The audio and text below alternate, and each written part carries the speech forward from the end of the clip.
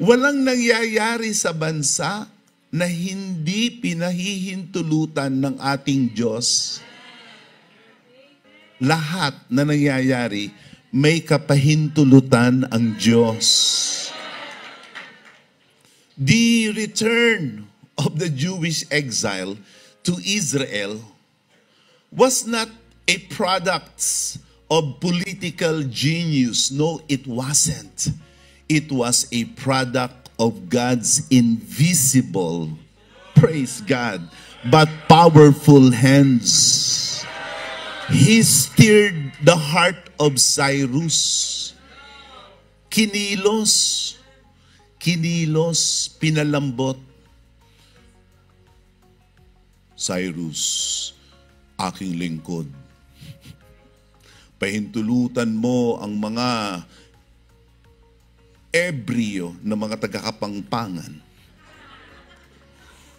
na sila'y bumalik sa kanilang bansa at itayo muli ang kanilang syudad.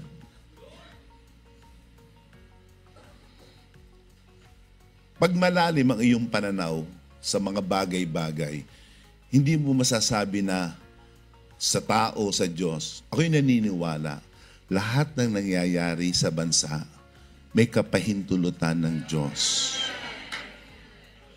Kaya itong pagkakaroon ng pagbabago sa batas, hindi ito natin sukat akalain. Kasi nasanay na kayo. Sanay na kayo. Sanay na rin kami. Sa Pilipinas, ang inyong pagsamba Biyernes. Kahit ano gawin yung parang Kristiyano, Friday school. Okay. Hindi yung Friday school, Sunday school yan. Pero nasanay na tayo. Pero ang Diyos, hindi natin alam, may ginagawa. Kinilos ang I need to say this properly because I don't want to get in trouble.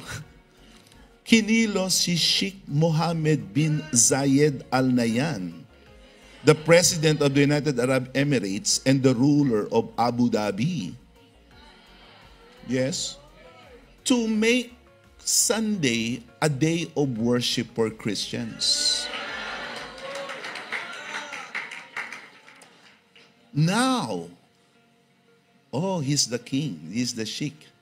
Okay. Now, there are people in UAE that God is moving so that we can be able to hold this crusade for the third time.